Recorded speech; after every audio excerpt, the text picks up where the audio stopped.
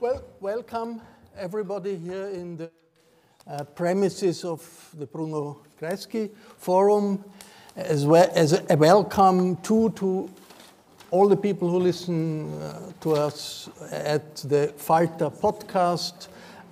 Falter podcast is going to air this discussion. Here, my name is Raimund Löw, and I have the honor to moderate the panel. Democracy under threat, Donald Trump and world politics. That's the title that we gave to this panel. And as a superpower, America has always presented itself to the world as a beacon of democracy. And that was an element of strength for the superpower. It helped with the soft power of the United States. It didn't always correspond to reality, as we know, but it was there as an element of ideology. And all that changed with Donald Trump. Already in the election campaign, in the one from last year, as the early election campaign, Donald Trump attacked liberal democracy and many ideas that were cherished by the Democrats in the world. And since Trump moved into the White House second time, independent institutions of government have been attacked, the liberal media, and at least not last but last, the universities, liberal universities. And in the last days, we have witnessed a dramatic escalation with the thousands of National Guards deployed in California against the will of the Californian governor, as well as hundreds of Marines. How far will this threat to democracy in the United States go? How strong is the resistance? We've seen millions of people in the streets in the last couple of days under the slogan, "No Kings," which is a pretty good slogan, I think. How resilient is civil society in the United States against these attacks against democracy? And I'm very glad to have an excellent panel here that I will be able to moderate. Welcome, Eva Nowotny.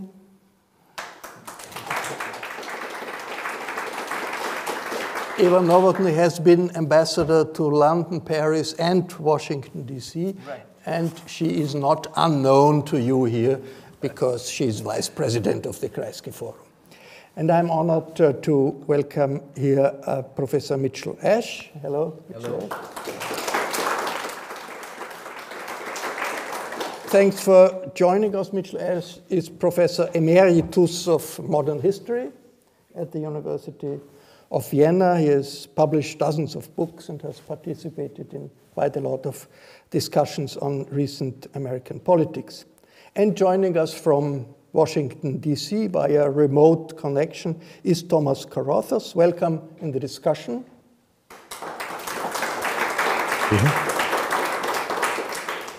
Thomas Carothers has written books, articles in prominent journals, and the base of his operation since many years is the Carnegie Endowment for International Peace, an important think tank in the world. Thomas Carothers, I would like to start asking you on these recent developments. How significant is it for you that in the last couple of days the Trump administration had sent the National Guards into California, ignoring the governor who says we don't want that? And is that a sign of further dangerous developments to come? How do you see the situation? Well, thank you for inviting me. It's wonderful to be here and happy to answer any and all questions. Look forward to the other presenters' comments. Certainly the deployment of the National Guard is one more step in a process of presidential assertion of power. I don't think it's the decisive step, so I don't think we should see it as a bridge that has been crossed. Rather, it's one more step in a process of small to medium-sized cuts against many different elements of American democracy. Of course, the National Guard has been deployed before on U.S. soil to help contain different kinds of demonstrations or protests. But to do so without the permission of the governor is certainly significant. The Trump administration, in some ways, had been itching to deploy the military in some form. The National Guard is part of the U.S. military. For those who are not familiar with that term, it's not part of the core active duty military, but it's an auxiliary force, but part of the U.S. military. And the Trump administration has kind of been itching to use the military on domestic soil to try to contain protests. It's a bit of a Republican tradition, which Trump and his team have really turned up the heat on to stand for, quote, law and order, and to see in public protests disorder rather than simply the expression of First Amendment rights, and to highlight any violence that occurs during such protests and say that things are out of control and we need to, take extreme measures. So they have campaigned on a ticket of sort of we'll bring order back to the United States. And they see the protests of recent years as having been about social issues on which they fundamentally disagree. So this was a crisis waiting to happen. I wonder if that could be considered a dress rehearsal, what happened in Los Angeles. The deportations and the activities of the immigration police in New York, in Chicago, in many other places encounter resistance, and a dress rehearsal would mean, okay, we repeat this kind of intervention coming from the center, from the federal government, against the will of the mayor of New York, the governor of New York, the governor of Illinois. Is that a development that could happen, or is it just bad thinking? It's certainly a warning sign. I don't really see it as a dress rehearsal. I do see it as a sign of intention of the Trump administration to come down hard when it can on violent protests. Of course, it really, can't come down on nonviolent protests without violating some really very basic norms that I think would only lead to more protests. There were a lot of protests over the weekend in many American cities that were peaceful and did not produce any negative counter-reaction on the part of the Trump administration. Los Angeles, as you say, the administration really has it out for California, New York, Illinois, states that are kind of known as leading, quote, blue states. And the governors of those states are the mayors of relevant cities in those states. And so they've been keeping a very careful eye on what happens there. And the immigration issue is really the flashpoint. They're pushing and pushing on the migration issue. They were elected with, I think, probably a majority of Americans agreed with the idea that undocumented aliens who've committed some kind of crime or been charged with crimes should be subject to deportation. Going further than that and trying to deport hundreds of thousands and potentially millions of undocumented aliens who are not involved in any wrongdoing or leading, quite conventional lives within the society, is something that the administration would like to do, but I think does at the risk of significant social pushback. I mean, keep in mind that 1 out of 20 Americans roughly is an undocumented alien. That's a lot of people. And if you really vow that you're going to deport 1 out of 20 Americans, that's a significant undertaking, both logistically, but also morally. And so the administration is sort of testing the waters of how far it can go. And so the protests in Los Angeles were a response to the stepping up of the deportations out of the realm of just people who have sort of facing criminal charges to reach ordinary workers, maids, domestic workers, construction workers, restaurant workers, hotel workers, etc. And they did encounter a lot of pushback, both in the protests and from the relevant businesses that need those kind of workers. And so they have backed away for the time being from that kind of much more extensive prosecution of this issue. But they're testing, pushing, seeing how far they can go, what reaction they can get. and then thinking what's next. Mitchell Ash, National Guards have in the past been used by the federal government in different situations, so it's not unique. What's the difference between now, what has been happening in Los Angeles and earlier, I don't know, in the 60s and after the 60s, earlier situations where National Guards have been deployed by the federal government? Can it be compared? Only in order to establish a fundamental difference. Comparisons are good for differences too, not just for similarities. The last two times that this was done were in 1957 and in the 1960s, when the presidents Eisenhower and Johnson called in the National Guard to assure the integration of schools against the will of the governors of southern states, beginning with Arkansas and later in further south in the 60s. There are two features here that are relevant. First of all, the goal.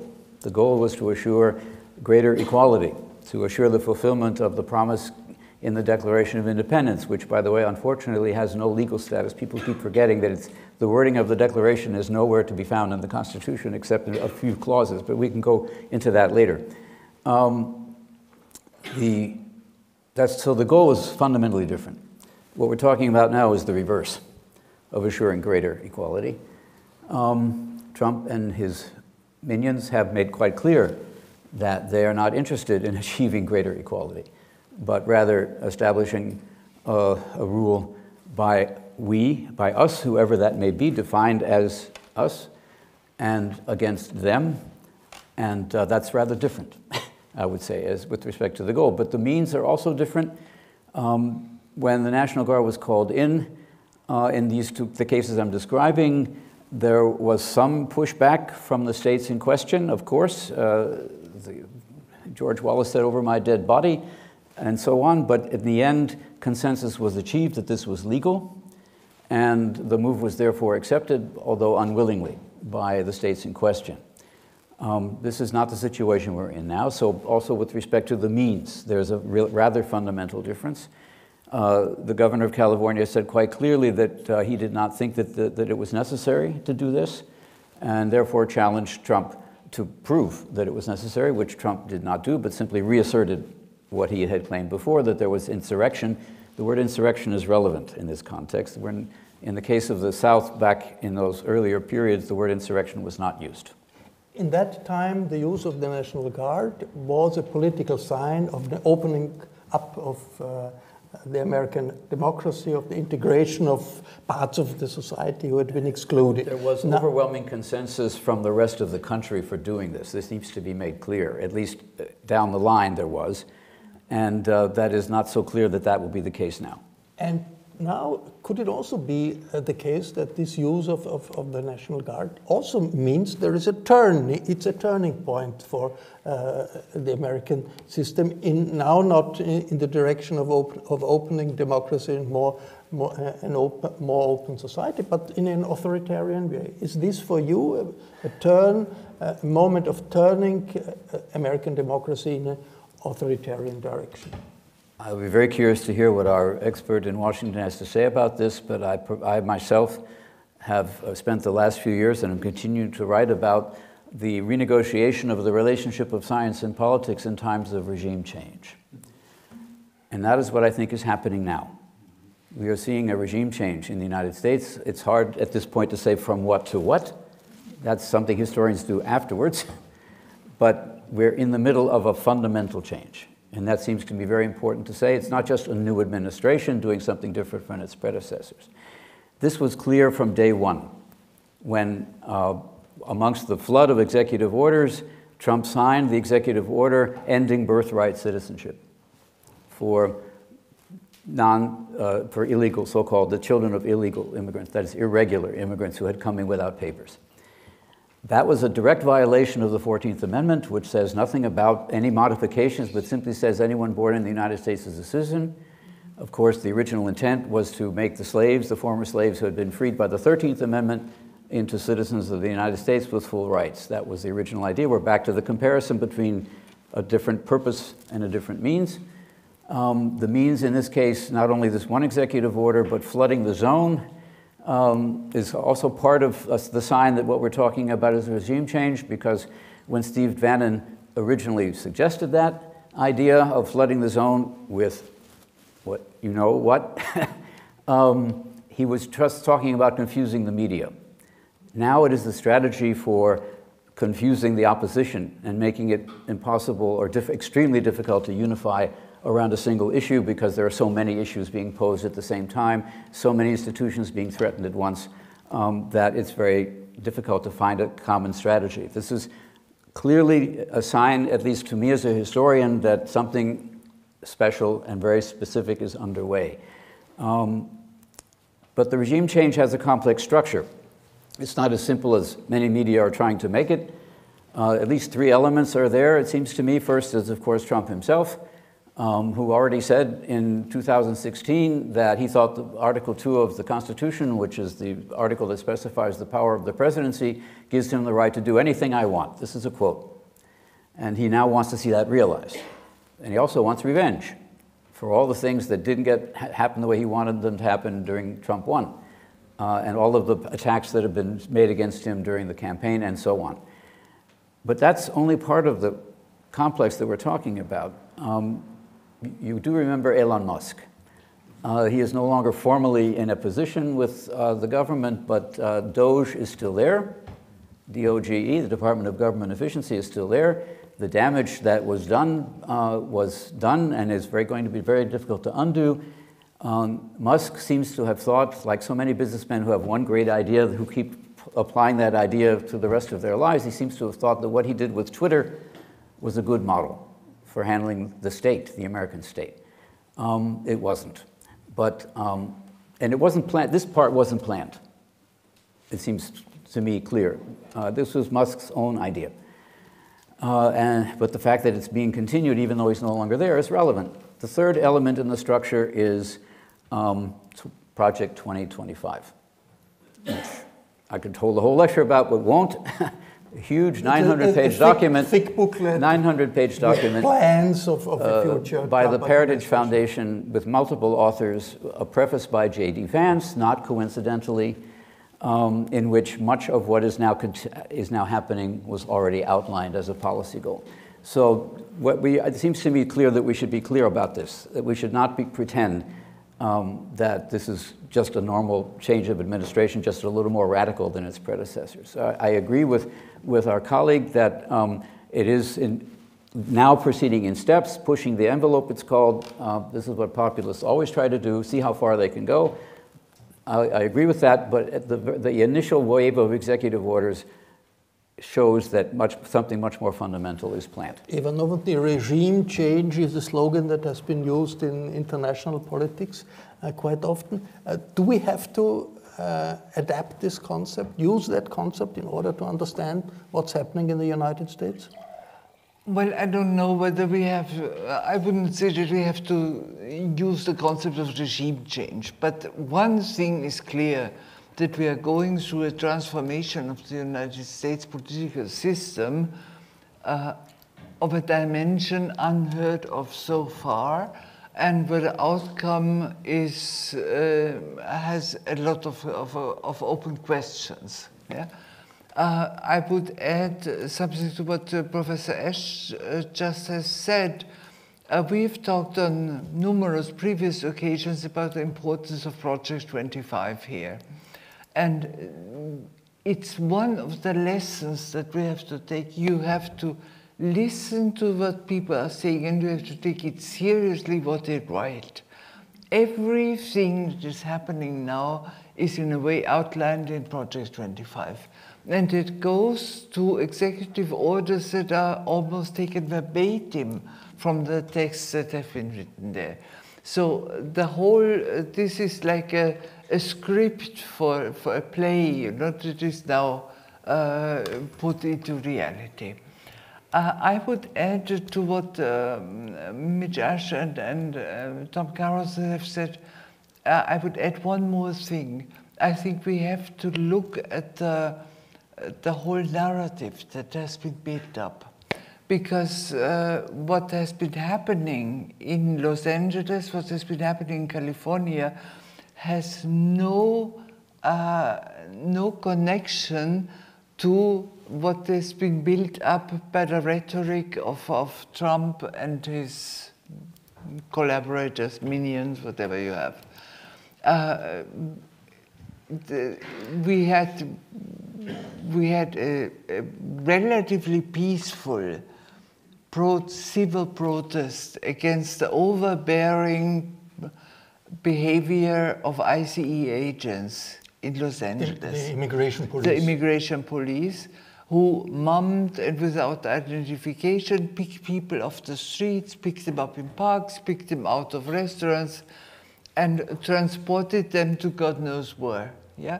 Without any reckoning, without any clear identification, without any clear authorization.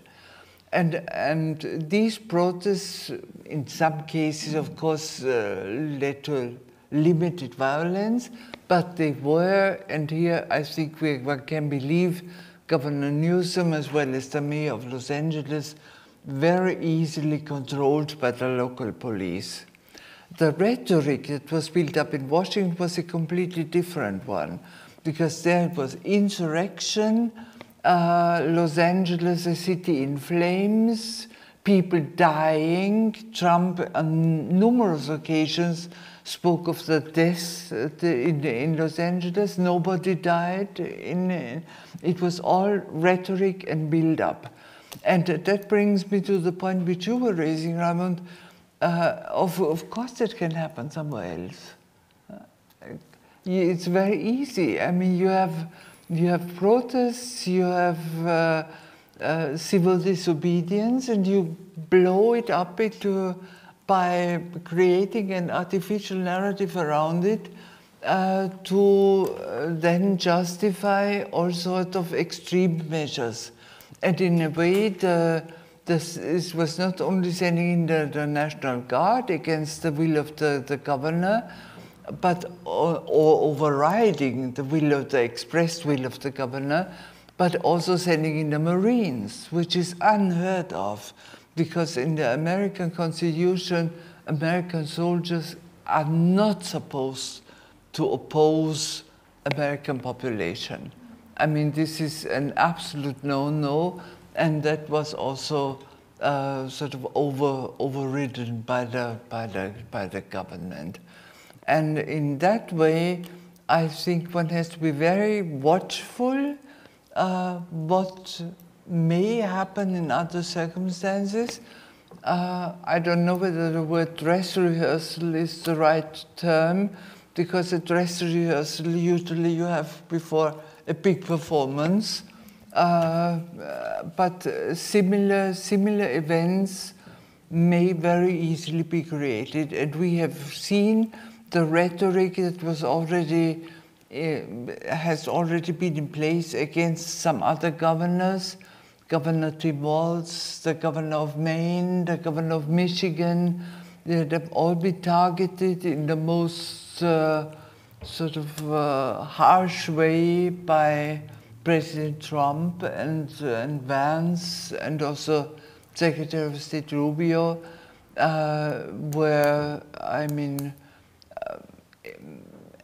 adjectives have been selected that are not very flattering, to say the least. I mean, they have created targets. Michelet, quickly before we yes, perhaps Tom Carothers will have more to say about this. I hope he does. But in response to his first statement, I should say that there's been an up and down in the policy of deportation. That the Venezuelans that we all know about was only the beginning.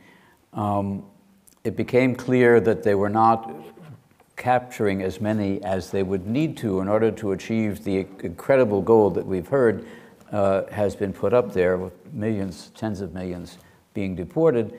And so in the White House, there was a discussion about this, and Stephen Miller, who was the Deputy Chief of Staff and the man who was really behind this policy, not directing it personally, that's Homeland Security, but is the idea man and the motivator behind it, and has been already since Trump won,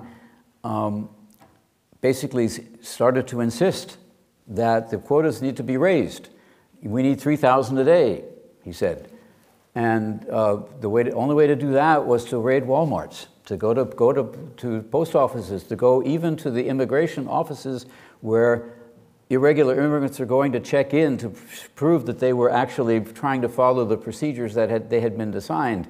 And they picked up a lot of people who weren't irregular immigrants by doing that. But now the burden of proof is on them and not on the police. So they had reached really a very extreme level, and that's when the protests in Los Angeles began. So if there's been some pullback, that would be interesting, but I'm afraid that it may not last very long. Thomas Carothers, are we witnessing a sort of regime change? That's what Mitchell Ash is suggesting. Well, first of all, I think the term regime change, it really became popular in the early 2000s as a result of the invasions, the U.S. interventions in Afghanistan and Iraq, and it was usually used to describe externally sponsored changes of government. So that's why I think the term doesn't quite fit the situation. I mean, democratic breakdown is a more familiar term that, has existed ever since we've had democracies. Democracies sometimes break down.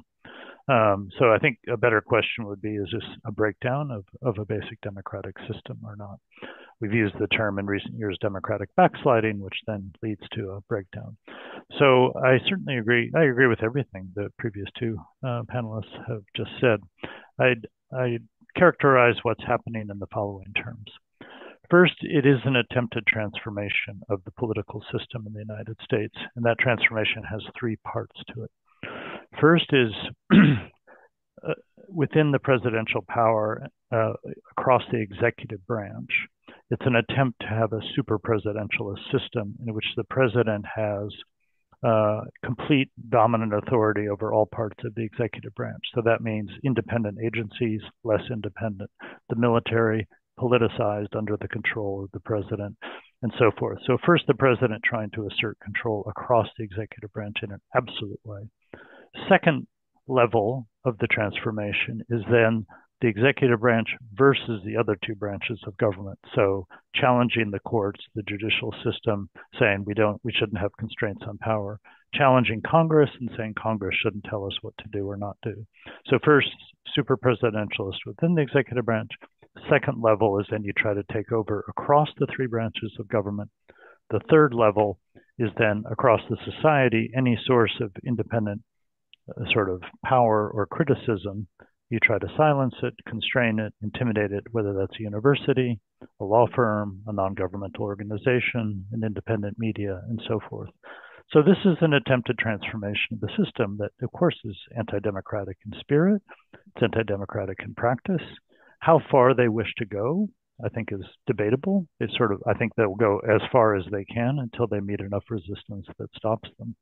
But this is part of a larger project that, as you mentioned, 2025, other things, which has other elements. It's an attempted sociocultural transformation of America to make it a much more conservative society in kind of newly defined conservative terms, getting rid of, quote, DEI, reducing immigration, more religion in public life, sort of traditional conservative values, plus some new populist conservative values. So it's a sociocultural transformation.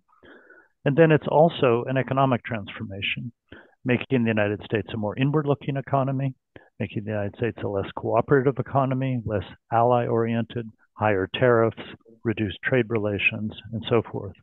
So you really have a three-part plan. You transform the political system, you transform the society, and you transform the economy. That's what we're seeing all at once. Now, there's actually a fourth part, which is you'll also change America's position in the world, but we can leave that aside for now through foreign policy. But if we say, what's happening to America? I would say we're in the midst of an attempted, fairly radical transformation in three interconnected ways of the country. Thomas Carothers, in these demonstrations, no kings, there was the fear expressed quite often that the Trump administration is deliberately increasing tensions, deliberately making local situations a big national, federal issue, and that the goal might be to go into a situation where the president would say, okay, the stability of the country is gone, these are insurrections, and would be able to cancel the midterm elections that should happen in a year and a half. Is this just exaggerated fears, or would you say that could actually happen? I cannot foresee that happening, no. I think they're trying to intimidate people. They're trying to polarize. They're trying to step up, increase the heat, increase the rhetoric.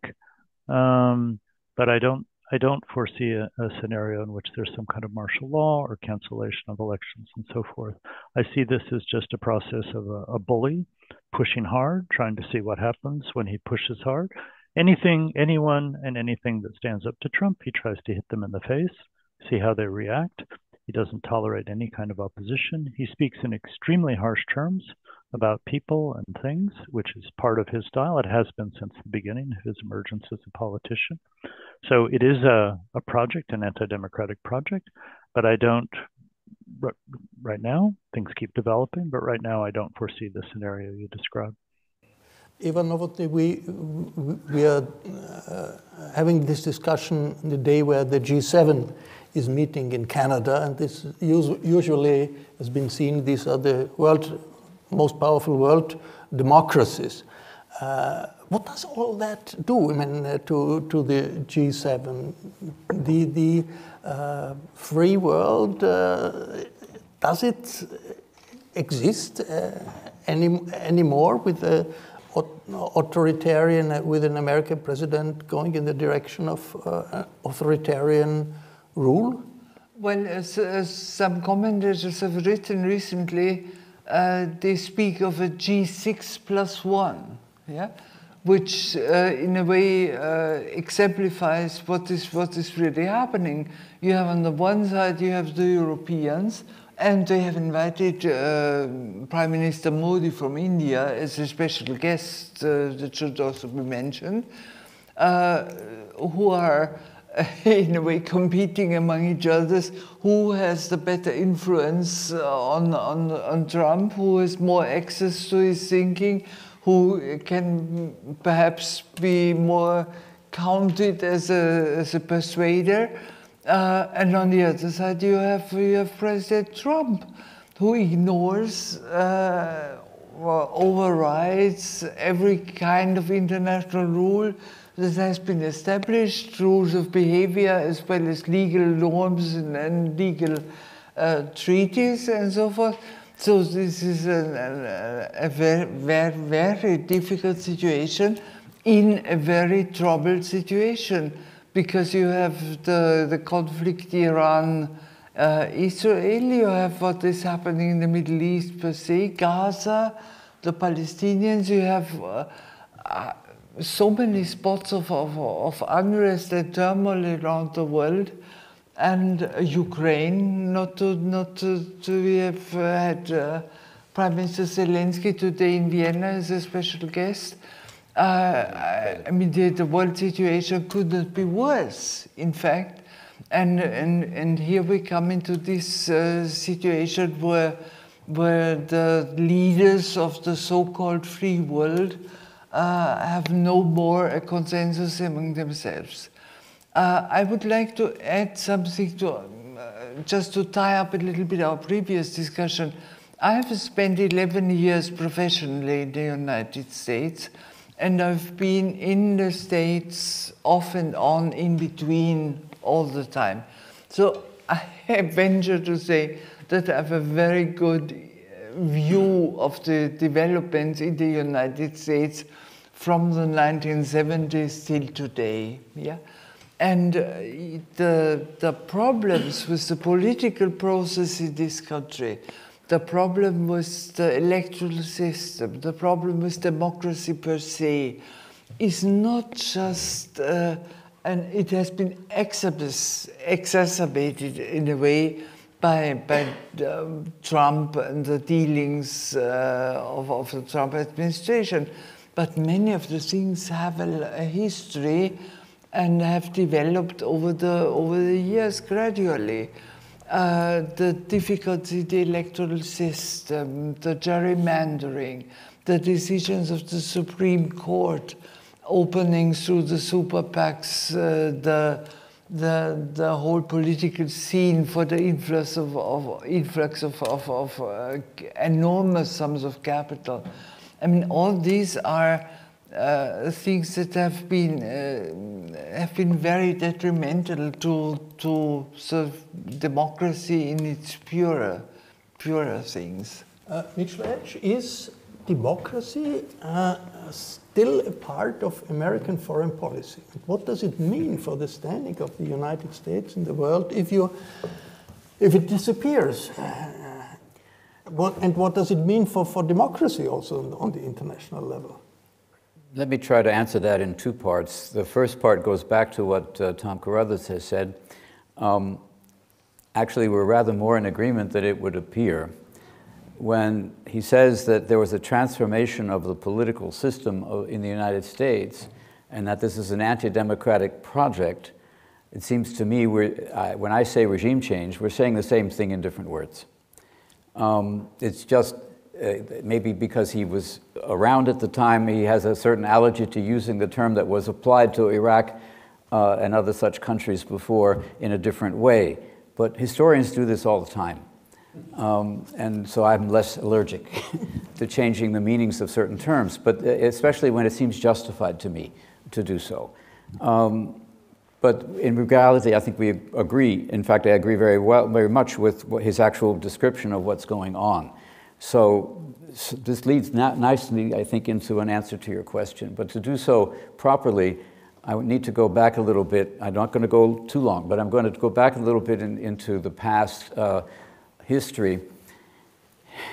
In the 1950s, the economy of the United States was between 40 and 55% of the world's BIP economy. Yeah? That's obviously why, because Europe was mostly destroyed. There was a tremendous deficit there. Japan less so, but also very much less than their potential.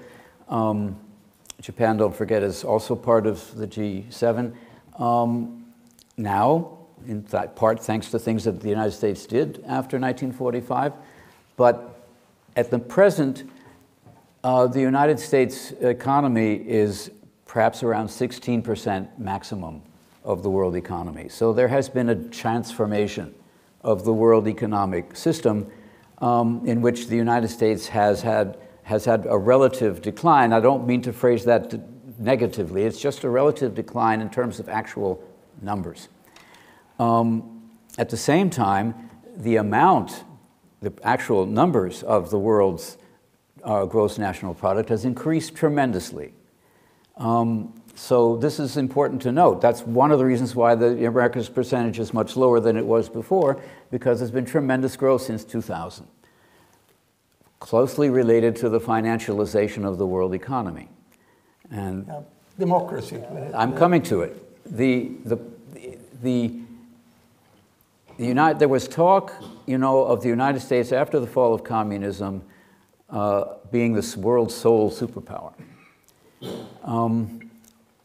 In reality, the world had started to become more multipolar already in the 1970s, when Nixon went to China, and Henry Kissinger said at the time that we are now at the beginning of a multipolar world. So after the fall of communism, there was this talk about sole superpower, but it didn't last very long, or rather it shouldn't have lasted very long, because starting already in 2000, after 2001, after 9/11, the military adventures of the United States, most of which were conducted off budget, by the way, not actually reported to Congress directly, indirectly, but not directly, actually did produce a relative decline also in the weight of the United States in terms of power, not just in terms of economics, economic productivity. So what we're now in, coming to your point, is a multipolar world in a new way, a new kind of multipolar world, in which the United States was going to play less of a role in any case, and Trump's policies are now contributing to transforming that role in ways that no one had predicted would happen before. Whether that means that democracy no longer plays a part in world politics remains to be seen. The European Union is still there. Trump has nothing but contempt for the European Union, but the states of the European Union are still democracies. On the other hand, we also have Mr. Orban, and some of what Trump is doing is analogous in a certain way to what Mr. Orban has done, which is to take the rules of democracy, popular sovereignty, the winning elections, and use them to upend the rule of law. And this is what Trump is doing, it seems to me. It's not just anti-democratic, it's a revolt against the rule of law itself. And that's the foundation of democracy. Tom Carothers, I mean, human rights don't play a role anymore in American foreign policy. That's pretty clear. That's not such a big surprise. But democracy, is democracy gone in the realm of American foreign policy thinking, and what does it mean? This administration has shown no interest in making the advancement of democracy and human rights a part of its foreign policy. Unlike all of his predecessors of the modern era, President Trump has not spoken of a concern for the state of democracy in the world and not articulated a goal for the United States to do that. In addition, they've cut away all of the assistance the United States was giving, or most of it, for democracy around the world as part of their dismantling of U.S. foreign assistance. And they've started to indicate diplomatically, through specific actions in specific regions or countries, a willingness to work with any regime on any basis, in a sense, for any purpose. So President Trump's trip to the Gulf states was an example of a kind of uninhibited embrace of authoritarian powers for the sake of economic interests, as well as the economic interests of the Trump family, that made clear, and Trump said in Riyadh to his audience, the United States will give no more, quote, lectures on how to live. Now, it's notable that a week later in the Oval Office, when the president of South Africa was visiting Washington, what did he get from Donald Trump? A lecture on how to live, about South African practices related to property rights in South Africa. So I think the administration, you'll see them using rights and democracy issues in a kind of weaponized way against certain leaders whom they don't like for whatever reasons, rather than in any kind of principled way. So you'll see the language of democracy and rights, as we saw from the vice president in Munich in February, when he was critical of his host country there, Germany, for its political practices. He said he was doing so on behalf of European democracy, that he was speaking out to support European democracy. The same as when they criticized what happened in Romania in December with the court decision to, not go forward with the election there. They said they were doing so on behalf of democracy. So you will see language about democracy and rights in the administration's policy, but you'll see it in a very selective way and for the purpose of sort of backing certain kinds of friends and punishing others. So it's not gone from the discourse and from the practice, but it's not what it was, and it, in my view, doesn't conform to any sort of real and principled approach to supporting democracy in the world. What does this mean? Let me just, just briefly, I would say, there are 50 other wealthy, successful democracies in the world, from South Korea and New Zealand and Australia and Japan to almost all of Europe and Canada and, many other countries. And so we shouldn't think that's it. The United States is stepping back. Democracy is both no longer a political and moral force in the world, or has any capacity diplomatically and economically. It does, if it decides to use it. And so I think it's incumbent upon other democracies now to think hard about how they want to move forward in this moment, and make the most of what they have. So it isn't, the United States is very important, but it's not the only democracy in the world. And as Mitchell correctly said, its actual weight in the world has been declining rather than increasing in recent years.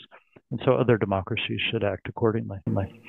Eva Nowotny. I just wanted, I recalled that an American senator, I will not mention his name, once said to me, the founding principle of the United States was to be a republic. Democracy was not on the first issue. Yeah? And that's a very significant difference, and something one has to bear in mind. But I would like to connect it a little bit to what Mitch Ash has just been saying about the loss of actual power, if you look at numbers and figures. There is one area where the United States has not really lost power, but is at the moment sacrificing power. And that's what we call soft power. Yeah? By the campaign against the foreign students, the campaign against the universities, the problems they are creating for big universities, for science, all these issues that have made the United States sort of great in world opinion also. You know, the Fulbright board dissolving itself, no more Fulbright scholarships and so forth. All these are losses to American soft power that this administration is willing to accept. And for many of us who have sort of grown up with the American library, with American film, with American universities and schools, this is really a big problem, and something which is very difficult to understand, because this is, after all, what made America great. How big is this attack against the liberal universities? That's how it's labeled. Is it only elite liberal universities like Harvard, that's the most well-known university that resisted to the demands of the Trump administration?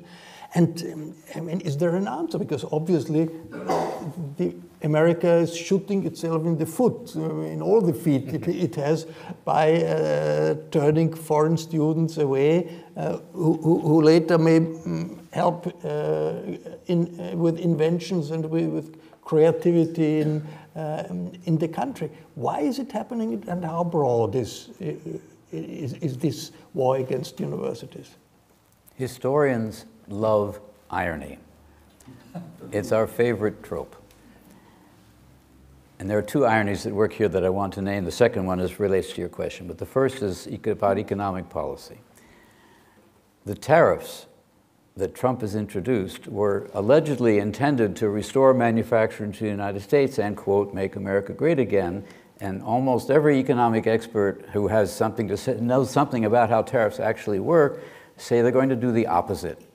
Okay, they're going to actually lead to a economic crisis and the complete restructuring of world trade, perhaps even maximum avoidance of the United States. We don't know if that's possible, but many countries are now trying to change their supply routes to avoid those tariffs. So that's one irony, all right? Make America great again, maybe the opposite.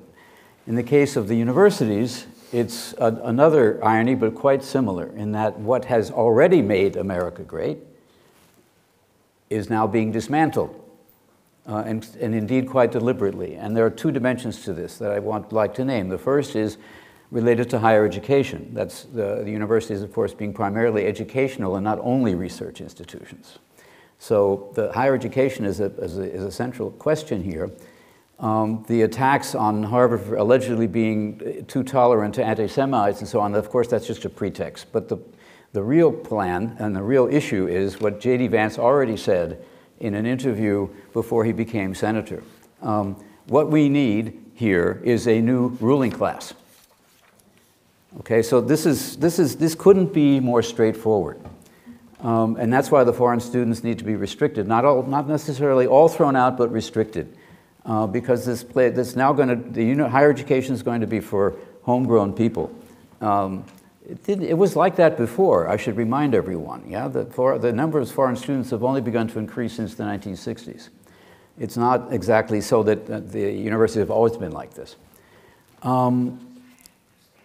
But that's only part of the story, because, of course, it's also about the enormous research establishment of the United States, which is not entirely located in the universities, although people would like to think so, because German-speaking people still think of universities as primarily research institutions, which they aren't. But never mind. In the United States, much research is done in non-university institutions, and in particular institutions funded directly by the government, not indirectly through grants.